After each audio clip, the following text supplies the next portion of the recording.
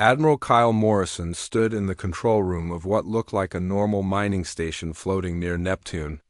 The station had been working for 37 years, pulling valuable gases and metals from the big blue planet below. Every alien inspector who visited saw exactly what they expected to see, humans doing simple mining work in their own solar system, but Kyle knew the truth. This wasn't just a mining station. It was something the galaxy had never seen before and wasn't ready. To face, Lieutenant Commander Lisa Harper walked over to Kyle with a datapad in her hands. Her face looked worried as she spoke. "Sir, our spies report that the Vorthan Empire is moving their war fleets toward human space. They have over 300 ships ready to attack us." Kyle nodded slowly. He had been expecting this day for a long time. The Vorthans were one of the strongest alien races in the galaxy. They had conquered 17 different worlds and enslaved millions of beings. Now they wanted to add humanity to their collection of defeated species. The Galactic Council had been no help at all. The older alien races who controlled the Council saw humans as weak newcomers who barely deserved a voice in galactic politics.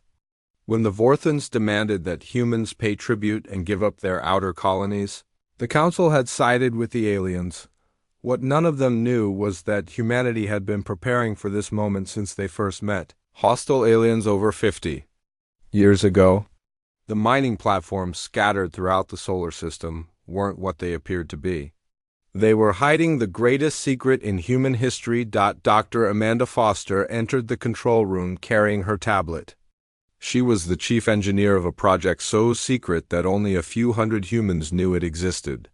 "Admiral, all 17 platforms are ready. We can begin the activation sequence whenever you give the order." Kyle looked out the large window at Neptune spinning slowly below them. The planet's storm swirled in patterns that had fascinated humans for centuries. Soon those same storms would witness something that would change the galaxy forever. 50 years, Amanda," Kyle said quietly. 50 years of pretending to be simple miners while we built the most powerful weapons the universe has ever seen. The truth was almost too incredible to believe. Each mining platform was actually a warship larger than most planets. They contained weapons that could destroy entire fleets and armor that could withstand the explosion of a star. Humanity had built them in secret, using advanced technology that made the galaxy's most sophisticated civilizations look primitive. Captain Jason Turner, Kyle's tactical officer, brought up the holographic display showing the approaching Vorthan fleet. "Sir, they'll be here in 6 hours. Once we reveal what these platforms really are, there's no going back. Every alien race in the galaxy will know we've been lying to them." Kyle smiled grimly. "Good. Let them finally understand what happens when you mistake human cleverness for weakness." The deception had been perfect. For decades, alien inspectors had visited the mining platforms and seen exactly what they expected: humans working with simple tools to extract resources from asteroids and gas giants. The inspectors never looked closely enough to notice that the platforms were actually massive construction projects disguised as industrial facilities. Commander Rachel Martinez was on the platform near Jupiter, preparing her crew for what was about to happen. Her platform alone was 3 times larger than the biggest Vorthan battleship, and it contained enough firepower to level a continent. "All systems are ready, Admiral. My crew is excited to finally show these aliens what we're really capable of." The platforms had been built using resources from across the solar system. Asteroids had been mined not just for rare metals, but for the raw materials needed to construct planet-sized weapons. Gas giants had provided the energy needed to power construction facilities that worked around the clock for 50 years. Dr. Foster monitored the final preparations from her command station. "The nanotechnology fabricators are all online. Each platform can manufacture additional weapons and defenses during combat if needed." Kyle remembered the early days of the project when it had seemed impossible.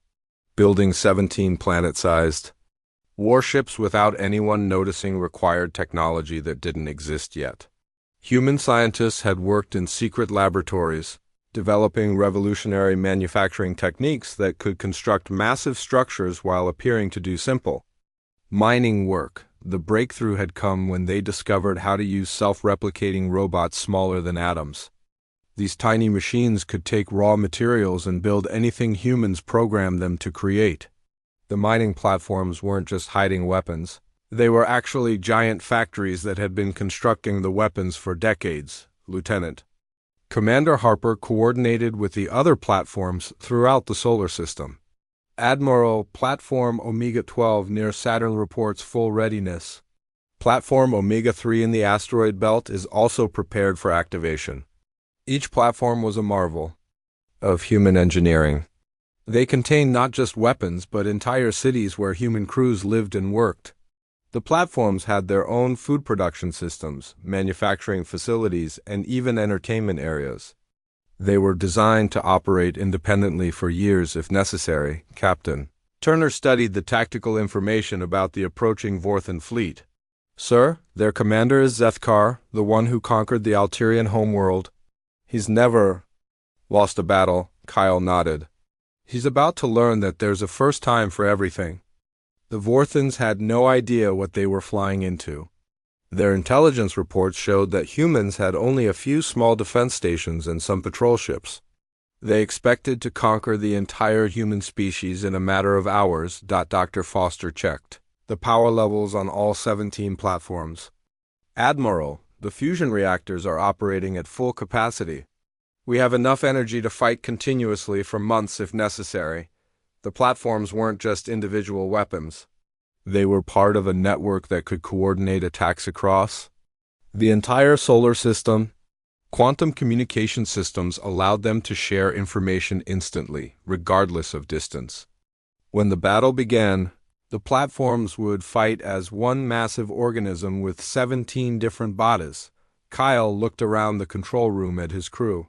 These men and women had spent their entire careers preparing for this moment. They had lived with the secret of humanity's true power, waiting for the day when they could finally reveal it to the galaxy. Signal all platforms, Kyle ordered. Prepare for a protocol revelation. It's time to show the galaxy what happens when you threaten humanity. The mining platforms throughout the solar system began to change. Armor plating shifted and weapon systems emerged from hidden compartments. The greatest deception in galactic history was about to end, and the universe would never be the same again. The Vorthan war fleet came out of hyperspace at the edge of human territory like a swarm of angry metal insects. 300 massive ships spread across space, their dark hulls bristling with weapons that had destroyed countless worlds. Fleet.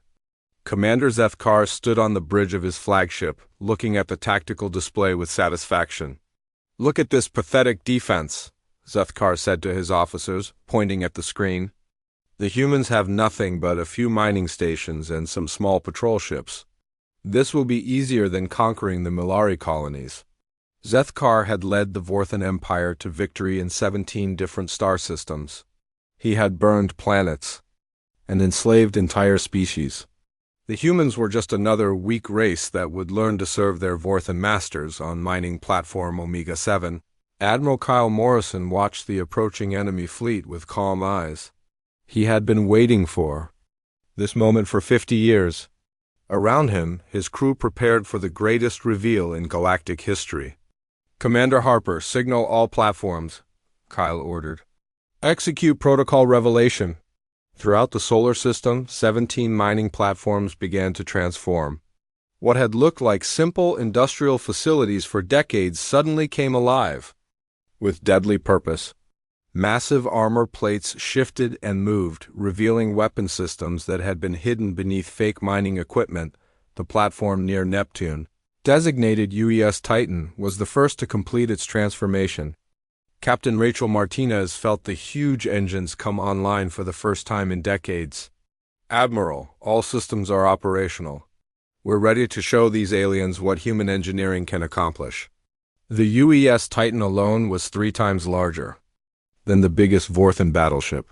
Its surface was covered with particle beam cannons, plasma artillery, and missile launchers that could destroy entire fleets.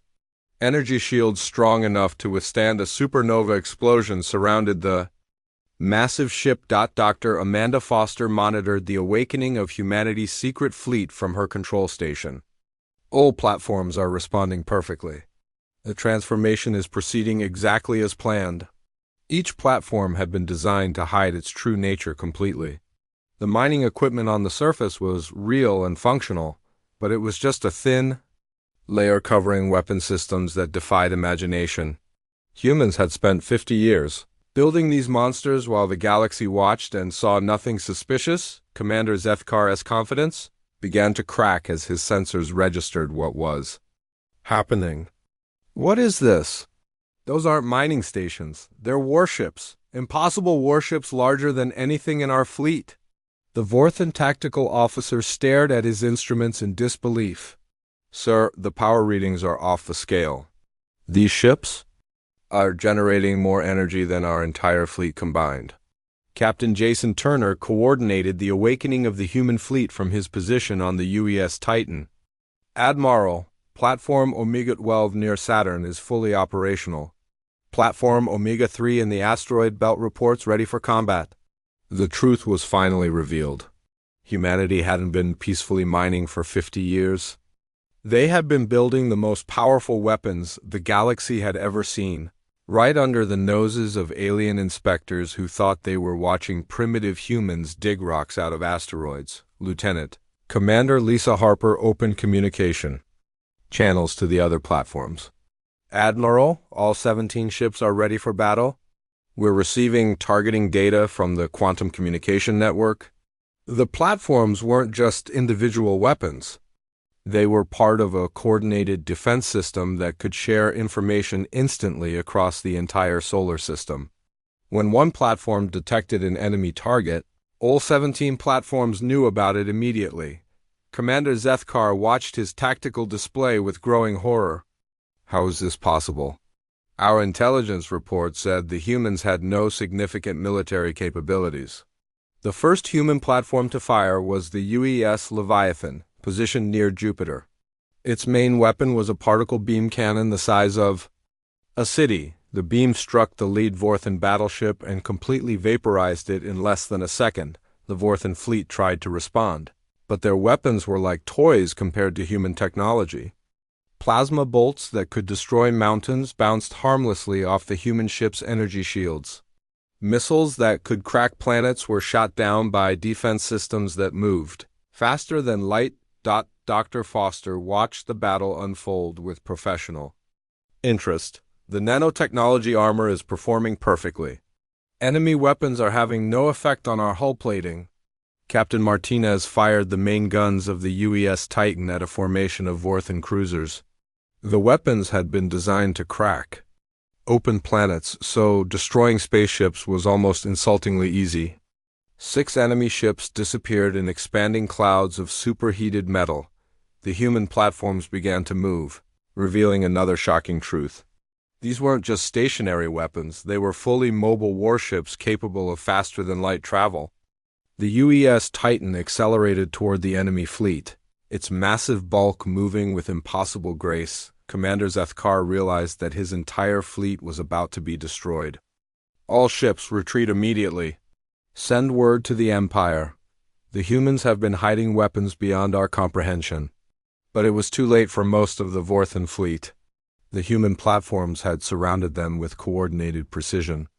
Weapons that had been designed to fight entire fleets at once made short work of the Vorthan ships. Captain Turner monitored the battle from his tactical station.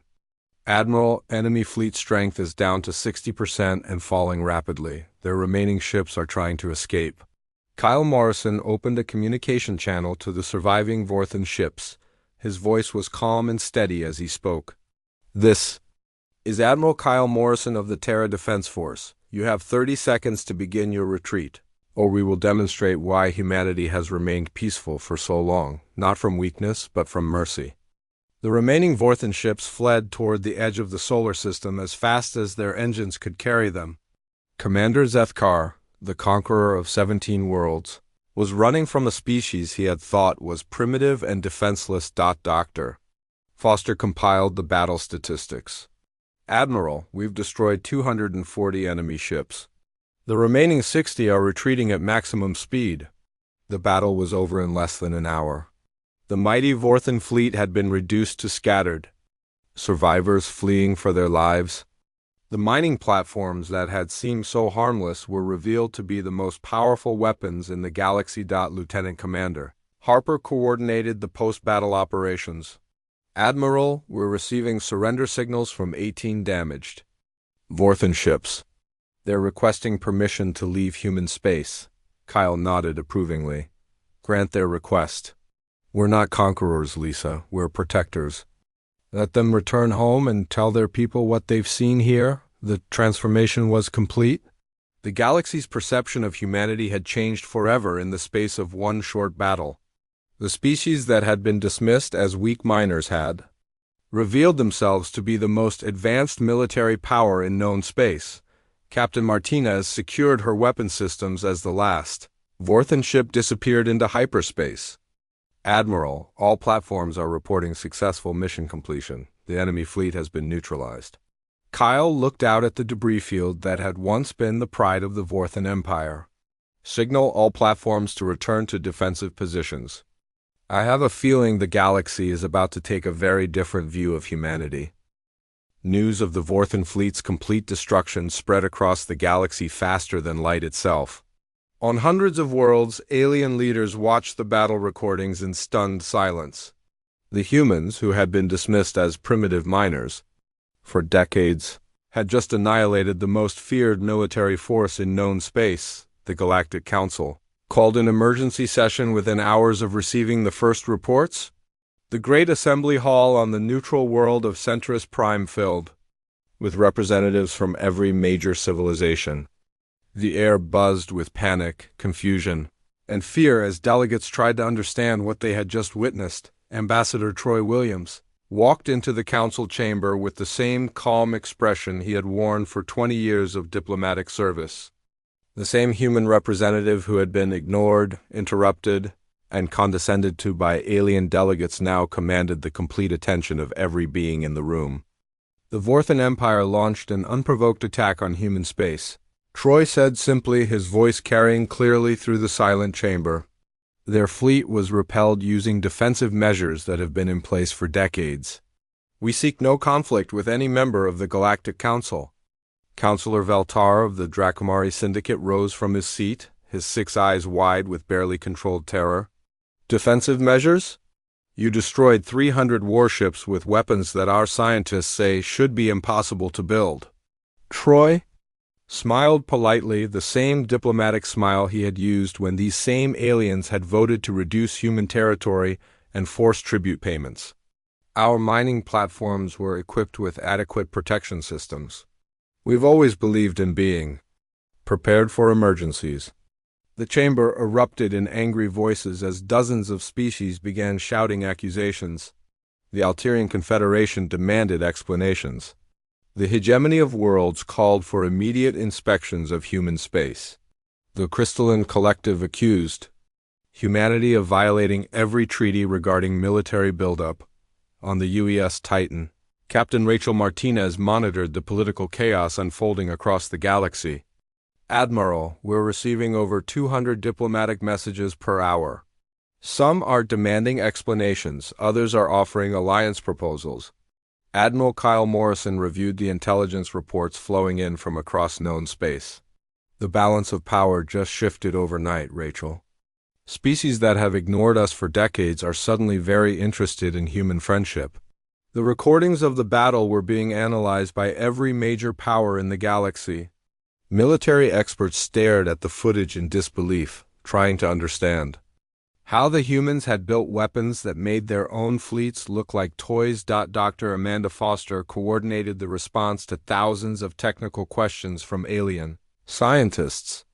Admiral, the Zephyrian Republic is offering to share their most advanced technologies in exchange for a defensive alliance. 3 other species have made similar offers. The Zephyrian Republic was one of the oldest and most advanced civilizations in the galaxy. For them to offer technology sharing with humans was unprecedented.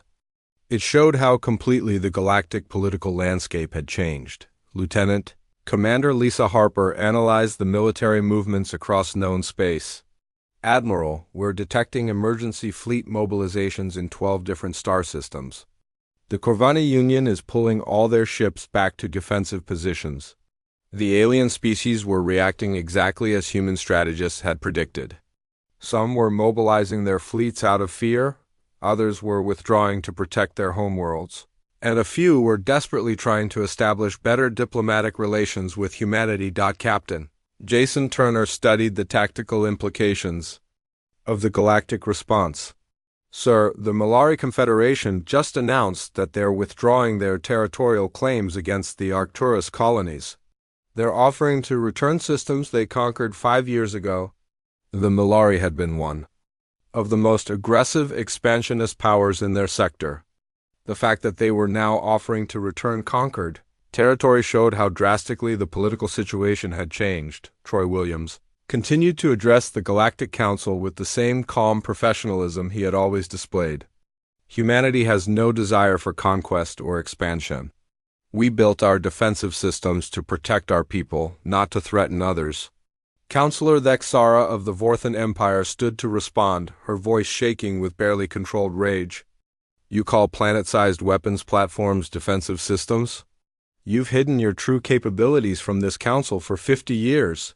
Troy nodded thoughtfully. Yes, we've been building mining platforms in our territory for 50 years.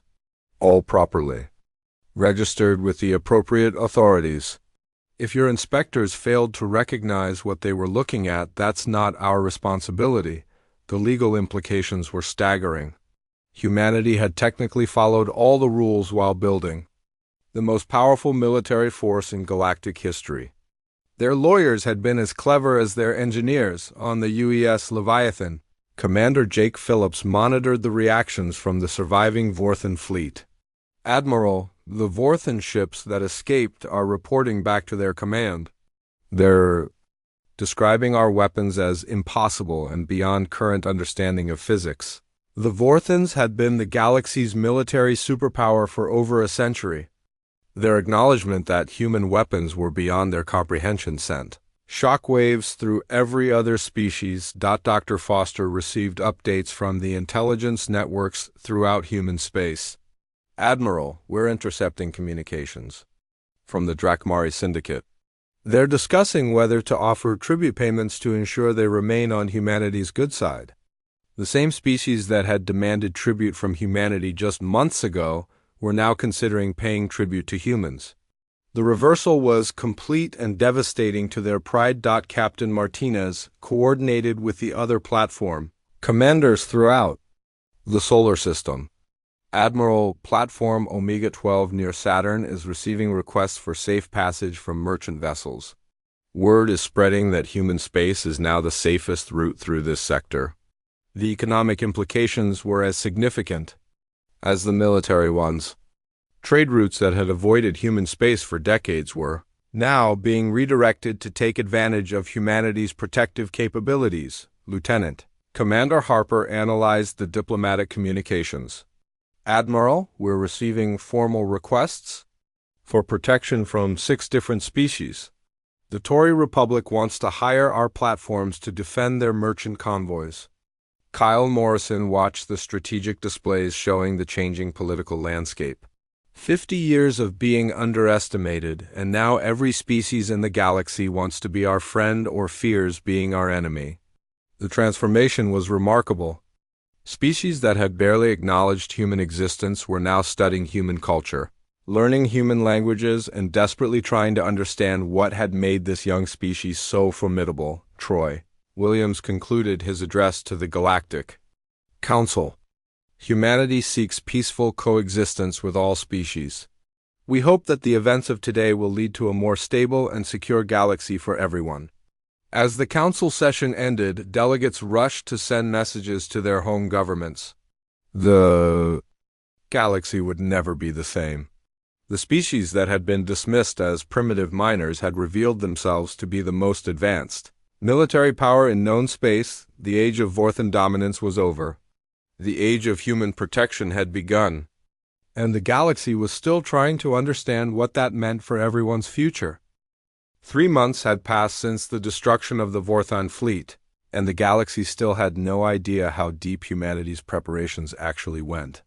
The 17 platform ships that had shocked the universe were impressive, but they were just the beginning of what humans had really built over 50 years of secret construction. Admiral Kyle Morrison stood in the command center of the UES Leviathan, watching status reports flow in from across the solar system. What the aliens thought they had seen was only a tiny fraction of humanity's true capabilities. The real secret was so massive that even revealing 17 planet-sized warships had barely scratched the surface. Dr. Amanda Foster approached with the latest construction reports, her face showing the satisfaction of decades of careful planning finally coming to fruition. Admiral, the shipyards on Titan and Europa are operating at full capacity now that we don't need to hide our activities. We're completing 3 new platform ships every month. The truth was staggering beyond imagination. The 17 platforms had been built using revolutionary nanotechnology that could harvest and process raw materials at a scale that defied belief. Every platform contained self-replicating manufacturing systems that could construct additional ships given enough resources and time. Captain Rachel Martinez reported from the outer system where her squadron was conducting what appeared to be routine patrols. Admiral, we've completed the activation of the Jupiter construction network. The platforms that have been disguised as gas processing facilities for 30 years are coming online now. Morrison smiled as he reviewed the true scope of human preparations. The galaxy thought they had discovered humanity's secret weapon when they saw 17 massive warships. They had no comprehension that every major human installation, every mining operation, every seemingly peaceful facility had been designed with hidden military capabilities from the very beginning. Lieutenant Commander Lisa Harper coordinated the intelligence operations that monitored alien reactions across the galaxy. Admiral, the Altarian Confederation is attempting to reverse engineer our technology from battle debris. Our scientists estimate they'll need about 200 years to understand even the basic principles. The platform ships use technology that was generations ahead of anything else in the galaxy. Human scientists had made breakthrough after breakthrough while pretending to be simple miners. The weapon systems alone incorporated discoveries in physics that alien civilizations hadn't even theorized about yet. Commander Jake Phillips oversaw the activation of defense systems that had been hidden throughout the solar system for decades. Admiral, the Mars surface installations are fully operational. If anyone approaches the inner system with hostile intent, they'll face defensive firepower equivalent to a small star going supernova. The Mars installations were another revelation that the galaxy wasn't ready for. What appeared to be terraforming equipment and atmospheric processors were actually massive weapon systems that could destroy entire fleets. Before they got within 1 billion kilometers of Earth. Dr. Foster monitored the quantum communication networks that connected every human military installation across multiple star systems. Admiral, we're receiving status reports from the deep space construction facilities. The platforms we've been building in the void between stars are ready for deployment. This was perhaps the most shocking secret of all. Humanity hadn't just been building weapons in their own solar system. They had constructed massive shipyards in the empty space between stars, using asteroid materials hauled across impossible distances by unmanned vessels. The galaxy had been watching human space while humans built their true fleet. Where no one would ever think to look, Captain Jason Turner analyzed the strategic implications of humanity's expanding capabilities. Sir, we now have over 100 planet-sized warships operational, with more being completed every week. Our manufacturing capacity is growing exponentially. The exponential growth was the key to everything. Each new platform ship contained the same self-replicating nanotechnology that had built the original 17. Every platform could construct more platforms, creating a manufacturing capability that grew faster and faster as time passed. Lieutenant Commander Harper received intelligence reports from across the galaxy. Admiral, 3 more species have requested protection agreements. The Corvani Union is offering to share their entire database of scientific research in exchange for a defensive alliance. The political transformation continued as more species realized that humanity's protection was worth any price. The galaxy's most advanced civilizations were literally giving away their most precious secrets just to ensure they remained on humanity's good side, Captain Martinez reported from her position near the outer edge of the solar system. Admiral, we're detecting long-range sensor sweeps from multiple alien fleets. They're trying to map our defensive positions, but our stealth technology is keeping the deep space platforms hidden. The aliens still didn't understand the scope of what they were dealing with.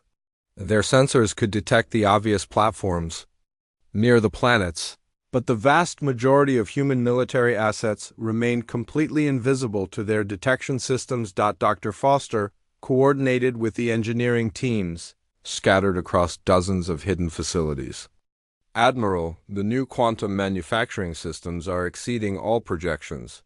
We can now construct a platform ship in 3 weeks instead of 3 months.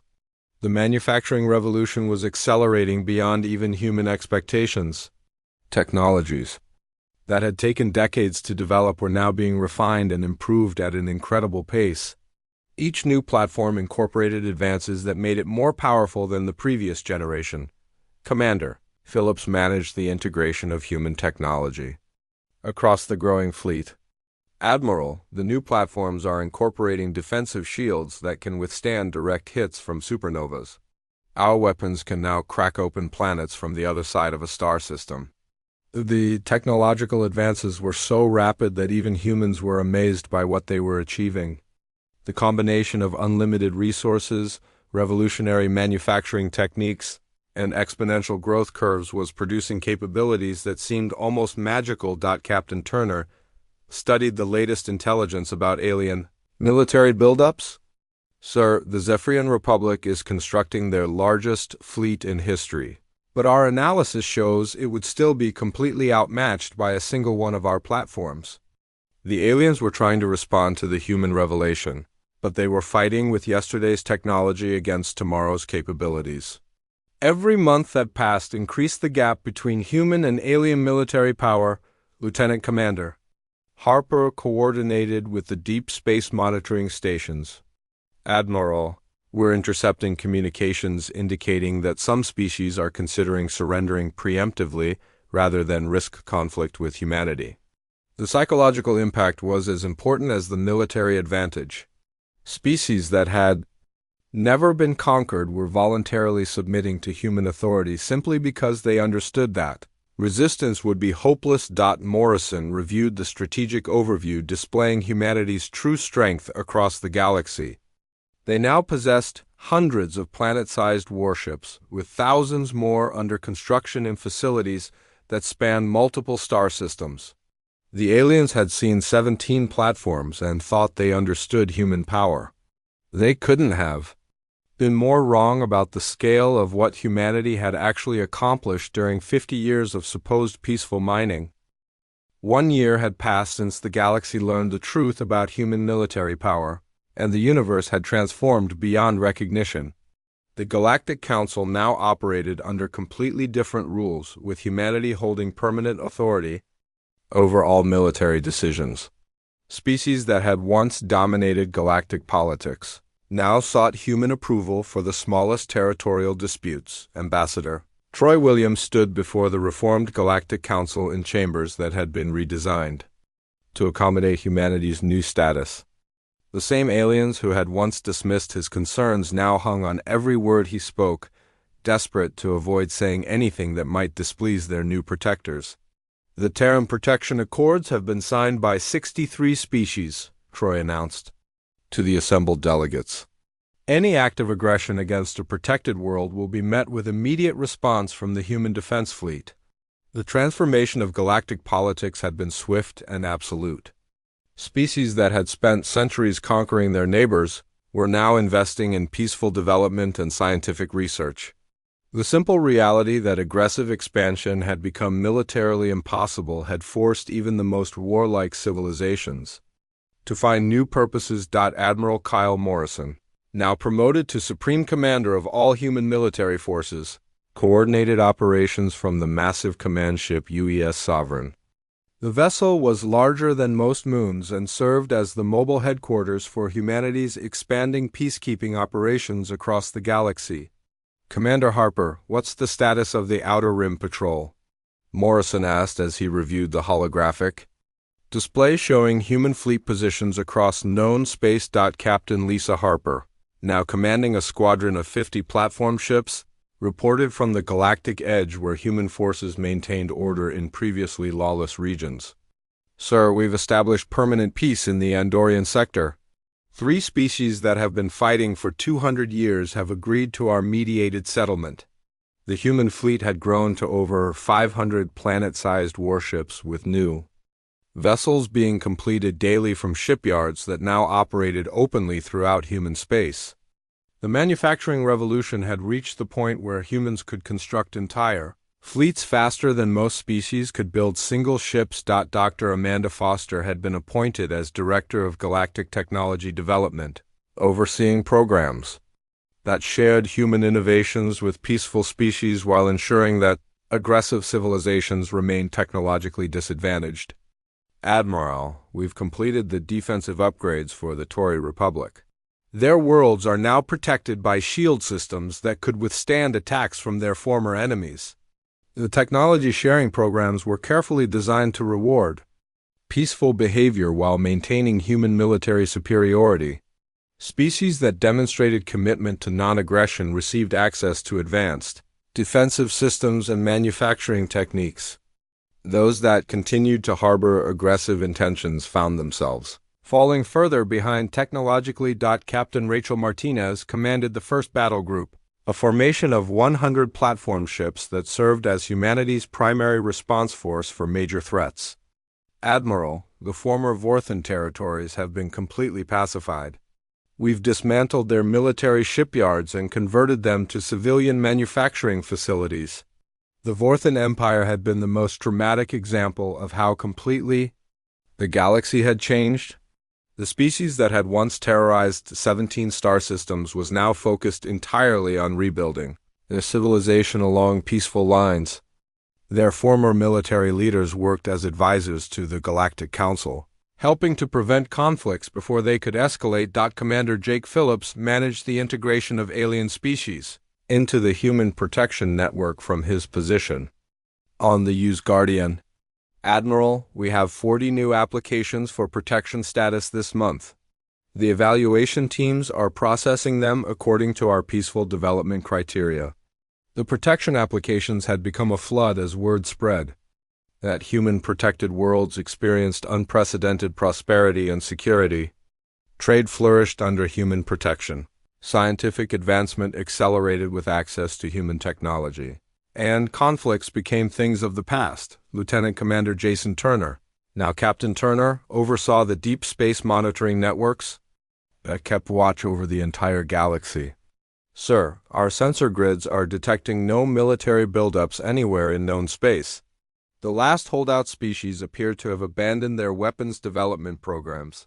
The galaxy had learned that attempting to match human military capabilities was not only impossible but also unnecessary. The human protection system was so comprehensive and effective that traditional military forces had become obsolete for everyone, except humans themselves. Dr. Foster coordinated with research teams scattered across hundreds of worlds, all working on peaceful applications of advanced technology. "Admiral, the terraforming projects are ahead of schedule on 12 worlds. We're creating habitable planets faster than we can find species to colonize them." The abundance created by human technology had eliminated most sources of conflict between species. When resources were unlimited and expansion was peaceful, the old reasons for war simply disappeared. The galaxy was entering an age of prosperity. That would have been impossible under the previous system of constant military competition. "Captain." Martinez reported from the galactic core where her fleet maintained order in the most densely populated regions of space. "Admiral, the former warship construction facilities in the Alterian system have been converted to civilian shipyards. They're now building exploration vessels and colony ships instead of weapons. The conversion of military infrastructure to peaceful purposes had become a galaxy-wide phenomenon. Weapons factories became research laboratories, military academies became universities, and warrior cultures became explorer societies. Ambassador Williams addressed concerns from species worried about human dominance. Our goal has never been conquest or control. We seek only to ensure that the galaxy remains peaceful and prosperous for all civilizations. The human approach to galactic leadership was unlike anything previous dominant species had attempted. Instead of demanding tribute or territory, humans offered protection and prosperity in exchange for peaceful behavior. The result was a level of stability and cooperation that the galaxy had never experienced. Admiral Morrison reviewed the latest reports from across human space and beyond. The transformation was complete and irreversible. Species that had fought for millennia now worked together on joint research projects. Trade networks spanned the galaxy without fear of piracy or conquest. Exploration and scientific advancement had replaced military competition as the primary drivers of galactic civilization. Signal all fleet commanders, Morrison ordered. Begin the next phase of expansion. There are still regions beyond our current borders where conflict persists. It's time to bring peace to the entire galaxy. The human fleet began moving toward unexplored regions of space, carrying the promise of peace and prosperity to civilizations that had never known security. The species that had once been dismissed as primitive miners had become the guardians of galactic civilization, and their work was far from finished. The galaxy hadn't been ready for humanity's planet-sized warships, but it had learned to be grateful. For them, in a universe where strength determined survival, humanity had chosen to use their overwhelming power to create something unprecedented, a galaxy where everyone could thrive in peace.